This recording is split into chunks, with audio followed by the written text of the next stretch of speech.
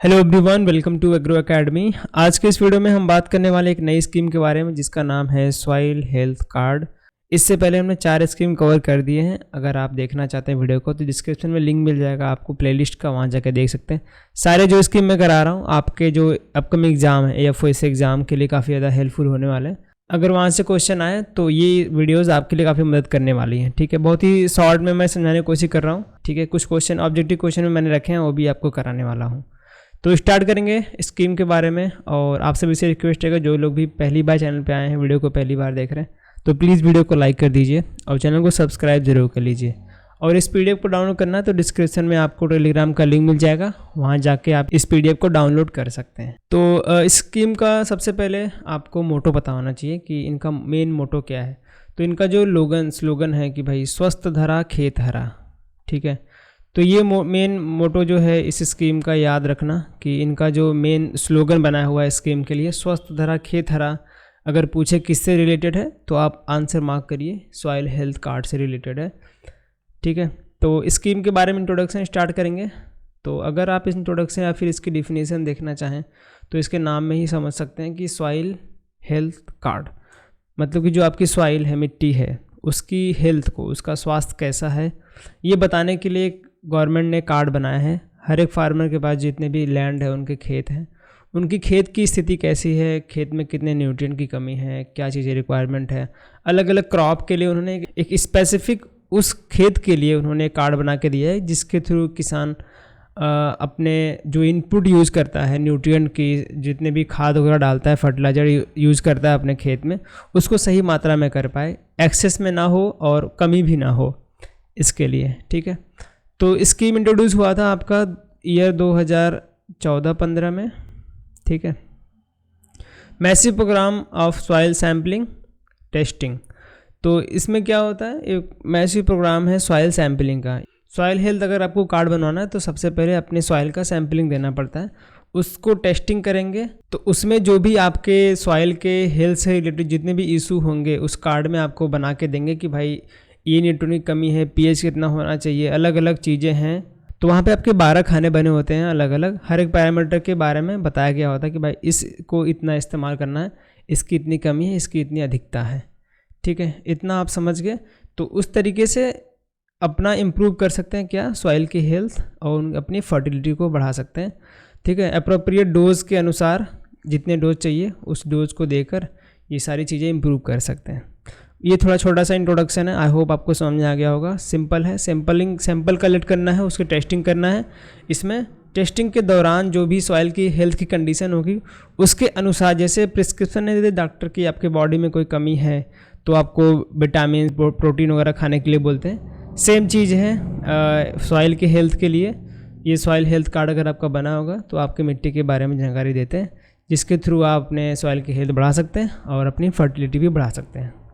ठीक है, तो आगे बढ़ेंगे। तो यहाँ पे ये चीज़ ध्यान रखो कि 2022-23 के सत्र में जो आपकी स्कीम है, इन्होंने सॉइल हेल्थ कार्ड के साथ इन्होंने मर्ज कर लिया राष्ट्रीय कृषि विकास योजना RKVY जो स्कीम है। तो ये स्कीम सॉइल हेल्थ के साथ मर्ज कब हुई थी, 2022-23 में।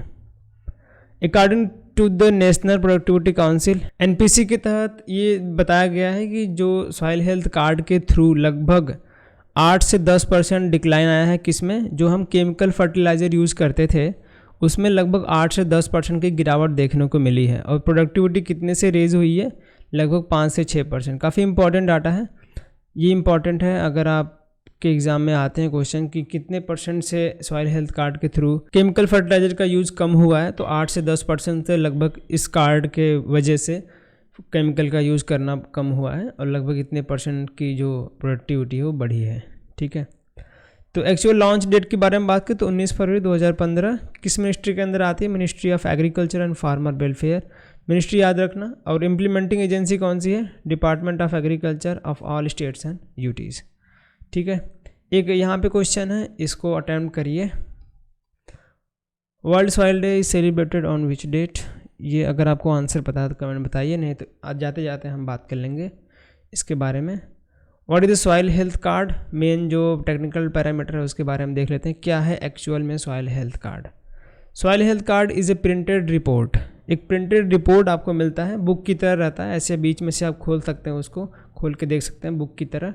तो उसमें आपके सारे पैरामीटर के बारे में दिया रहता है, उनके कितनी कमी है, कितनी अधिकता है, कितनी मात्रा में आपको इस्तेमाल करना है, उसके बारे में। ठीक है, it will contain status of his soil with respect to 12 parameters. ठीक है, कौन कौन से पैरामीटर हैं आपके? नाइट्रोजन है, फास्फोरस है, पोटास है, जो कि माइक्रोन्यूट्रिएंट के कैटेगरी में आते हैं, माइक्रोन्यूट्रिएंट।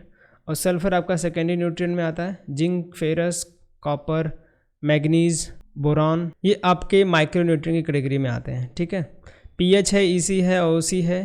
तो ये सारे जो पैरामीटर हैं, फिजिकल पैरामीटर आते हैं, पीएच, ईसी, ओसी। इन्हीं 12 पैरामीटर का स्टेटस बताता है सॉइल हेल्थ कार्ड कि इनकी क्या कमी है, क्या अधिकता है, और आपके खेत के अनुसार कौन से न्यूट्रिएंट को आपके खेत में अप्लाई करना है और किसको अप्लाई नहीं करना है। ठीक है, तो उसको आप मेंटेन करके अपनी फर्टिलिटी, अपनी सॉइल की जो हेल्थ है उसको इम्प्रूव कर सकते हैं। Based on this soil health card will be indicate fertiliser recommendation, soil amendment requirement for the farm. ठीक है, इन्हीं के बेस पे आपको रिकमेंड किया जाता है कौन कौन से फर्टिलाइज़र डालने होंगे। तो ये पैरामीटर आप याद रखिए, नंबर तो याद करना ही करना है कि भाई कितने पैरामीटर पे काम करता है, तो 12 है। ये डायरेक्ट नंबर आपके एग्जाम में पूछ सकते हैं। अगर आपको पूछे कि अगर इसमें से कोई ऑप्शन दे दिया, पूछ दिया कि कौन सा नहीं है, फिर भी आप जवाब देने में समर्थ होने चाहिए, क्योंकि आपके नंबर ज़्यादा नहीं है, 12 हैं। 12 को याद कर लो। NPK है, S है, zinc, ferrous, copper, manganese, boron, pH है, ईसी है, और ऑर्गेनिक कार्बन है। ये सब फिजिकल पैरामीटर के अंडर में आएंगे, तो इनको याद करके रखना। ठीक है, 1-2 बार देखेंगे, आप याद कर लेंगे। उसके बाद आगे बढ़ते हैं। कुछ की फीचर दिए हुए हैं स्कीम के, उसको आप ध्यान रख सकते हैं। The government is planning to cover as many as all farmer under the soil under this scheme. तो गवर्नमेंट क्या प्लान कर रही है कि जितने भी फार्मर हैं पॉसिबली सबका हो जाए। ठीक है, जिनके भी इंडिविजुअल खेत हैं, छोटे से खेत हैं, फिर भी उनको पता चले कि भाई हमारे खेती की क्या कंडीशन है, हमारी सॉइल की क्या कंडीशन है। The scheme will cover all part of the country, सभी कंट्री में काम कर रही है, ये नहीं किसी एक पर्टिकुलर एरिया में, लेकिन काम चल रहा है, लेकिन धीरे और तेज़ में चल रहा है। यूपी में काफ़ी ज़्यादा अभी कार्ड बन चुके हैं, सबसे ज़्यादा तेज़ काम यूपी में हो रहा है इसके regarding. In the form of soil card the farmer will gate report all the detail about soil of their particular farm. A farm will get the soil card once a 3 year. ये जो 3 साल का ये पहले था, जब ये start हुआ था, पहले 3 साल का डाटा देते थे कि भाई 3 साल तक आप अपने उस कार्ड को यूज़ करके उस हिसाब से काम कर सकते हैं। उसके बाद ये बदल के 2 साल के लिए कर दिया गया। ठीक है, अगर आपसे पूछे कि अभी कितने साल के रिन्यू करा सकते हैं, तो अभी 2 साल हो चुका है कि भाई 1 साल इशू कराइए, 2 साल उसका इस्तेमाल कीजिए, उसके बाद आप रिन्यू करा सकते हैं। ठीक है, तो ये कुछ की फीचर हैं स्कीम के। कुछ उसके बाद एक इन्होंने जो सॉइल टेस्टिंग लैब्स इन्होंने विलेज लेवल पे खोलने की कोशिश किया है, तो उसके बारे में कुछ गाइडलाइन दिया था कि ये इशू कब हुआ था, 22/6/2023, अभी बहुत ही जल्दी 2023 में ही इशू हुआ था कि जो विलेज लेवल पे सॉइल टेस्टिंग लैब खोलना है। कौन कौन अप्लीकेबल है उसके लिए, तो इसको सेटअप कर सकता है कौन कौन? इंडिविजुअल एंटरप्रेन्योर, तो जो रूरल यूथ हैं, ठीक है, rural youth and community based entrepreneur हैं, तो वो इसको सेटअप कर सकते हैं। सेल्फ हेल्प ग्रुप हैं, देखो स्कूल्स हैं, एग्रीकल्चर यूनिवर्सिटीज़ हैं, टेस्टिंग लैब्स को विलेज लेवल पर अपना इसको सेटअप कर सकते हैं। बेनिफिशरीज़ कौन कौन है इसमें? बेनिफिशरीज़ जो विलेज लेवल एंटरप्रेन्योर हैं should be youth who age should not be below 18 and should not be more than 27। ठीक है, सेल्फ हेल्प ग्रुप और जो फार्मर प्रोड्यूसर ऑर्गेनाइजेशन FPO के जो हैं, SSG जो लोग हैं, वो इनरोल कर सकते हैं इसमें, किसमें? सॉइल टेस्टिंग लैब में, जो विलेज लेवल पे ये काम कर रहा है। Eligibility of enrolment of this group is decided by district level. ठीक है, एग्जीक्यूटिव कमेटी जो होती है डिस्ट्रिक्ट लेवल पे, वही डिसाइड करेगी कि भाई कौन एलिजिबल होगा, कौन नहीं होगा। तो ये छोटे छोटे कुछ पैरामीटर हैं, आप याद रख सकते हैं। उसके बाद ये डाटा है उनकी वेबसाइट से कि अभी के समय पर क्या प्रोग्रेस हुआ है स्कीम के लेकर। तो अभी इस करंट डाटा में आप देखेंगे टोटल इनरोलमेंट इतना हो चुका है, टोटल सैंपल कलेक्ट इतना हो चुका है, और कितने कार्ड डिस्ट्रीब्यूट हो चुके हैं, ये नंबर्स यहाँ पे अलग अलग दिए हुए हैं। आप चाहें तो देख भी सकते हैं, नहीं तो नहीं भी देख सकते हैं, कोई दिक्कत नहीं है इसमें। ठीक है, अभी अगर टॉप स्टेट की बात करें तो सैंपल कलेक्शन में यूपी है, और टॉप में ये टेस्टिंग भी कंप्लीट हो चुके हैं यूपी में, और सबसे ज़्यादा इनरोलमेंट भी यूपी से ही हुए हैं। ठीक है, ये मैंने बस इमेज डाल दिया था वेबसाइट से कि आप थोड़ा बहुत आइडिया लग जाए कैसे पता करेंगे कि भाई हमारे एरिया का क्या है। तो उन्होंने दिया हुआ कि अपना स्टेट सेलेक्ट करो, डिस्ट्रिक्ट सेलेक्ट करो, विलेज सेलेक्ट करो। अगर आपके विलेज में फार्मर ने मतलब कि सॉइल हेल्थ कार्ड बना हुआ है आपके विलेज में, तो आपके एरिया के खेत का जो डाटा है वो बता सकते हैं इजीली कि नाइट्रोजन कितनी कमी है, क्या हाई है, क्या लो है, क्या मीडियम में है। ठीक है, अलग अलग न्यूट्रिएंट के बारे में आपको वहाँ पे जानकारी मिल सकती है। बस ऐसे डाल दिया, आपको थोड़ा सा आइडिया लग जाए। उसके बाद how can farmer use soil health card, farmer कैसे इस्तेमाल करेगा सॉइल हेल्थ कार्ड को। The card will contain an advisory based on the soil nutrient status of a farmer holding. तो स्टार्टिंग में से मैंने बताया कि सॉइल न्यूट्रिएंट के बारे में स्टेटस बताएगा। एज ए एडवाइजरी के रूप में आपको बताया जाएगा कि it shows recommendation of dosages of different nutrient needed, कि अगर किसी फार्मर के पास कार्ड बना हुआ है तो अलग अलग जो न्यूट्रिएंट है उसमें बताया जाएगा कि भाई कौन से डोजेज की ज़रूरत है, अभी किसकी कमी है, किसी अधिकता है। Further it will be advise the farmer on the fertiliser and their quantities. ठीक है, पहले तो ये आपको न्यूट्रिएंट के बारे में बताएंगे, उसके बाद ये बताएंगे कि आपके कौन कौन से फर्टिलाइज़र कितनी मात्रा में अप्लाई करना है, and also the soil amendment that should be undertaken so as to realise optimal yield. ठीक है, सारे पैरामीटर को बराबर से बैलेंस के रूप में आप उसको प्रोवाइड करा सकते हैं ताकि आपकी जो यील्ड है वो ऑप्टिमल हो सके, क्रॉप में किसी चीज़ की डिफिशियंसी ना रह जाए। बस इसी के ऊपर ये काम कर रहे हैं। आगे बढ़ें तो यहाँ पे देखिए साइकिल जो हमने आपको स्टार्टिंग बताया कि कितने ईयर का साइकिल रहता है इसमें। तो पहले 3 साल साइकिल रहता था, एक बार आपने कार्ड इशू कराया तो आप 3 साल तक उसके पैरामीटर को यूज़ कर सकते थे उसी हिसाब से। लेकिन अभी के समय पर जो PIB का नया रिलीज़ आया है कि भाई अब 2 साल तक उसको यूज़ करिए, उसके बाद आप रिन्यू करा लीजिए। ठीक है, कुछ पेमेंट पर सैंपल के हिसाब से कुछ पेमेंट दिया हुआ, तो सम ऑफ ₹190 पर soil sample is provided to state government. This covers the cost of collection of soil sample. ये सॉइल सैंपल का कॉस्ट ऑफ कलेक्शन रहता है ₹190 जो कि स्टेट गवर्नमेंट को जाता है। तो ये चीज़ें आप ये डाटा याद रखते हैं, ₹190 लगते हैं। अगर हम आपको बताएं तो ये कुछ आप देख सकते हैं, थोड़ा सा नज़ारा थोड़ा सा ब्लर हो गया, इमेज उतनी क्वालिटी की मिली नहीं मुझे इंटरनेट पे। तो ऐसा कुछ कार्ड रहता है, ठीक है, बुक की तरह। आप उसमें सारे पैरामीटर लिखे रहते हैं, क्या कमी है, क्या अधिकता है, कैसे आपको इस यूज करना है। अगर मैं आपको बताऊं कि कैसे सैंपल कलेक्ट करते हैं, तो जो आपका फार्म हो गया, मान लो ये फार्म है आपका, ठीक है, फार्म है, तो इसको मान लो हम जूम करते हैं, ये आपका एक मिट्टी है सरफेस, इसको वी आकार में ऐसे कट करते हैं। ठीक है, ये सरफेस की मिट्टी है, इसको वी आकार में कट करेंगे, इसको यहाँ से पूरा उठा के लेके जाएंगे इतना, ठीक है, उसको टेस्ट करेंगे लैब में।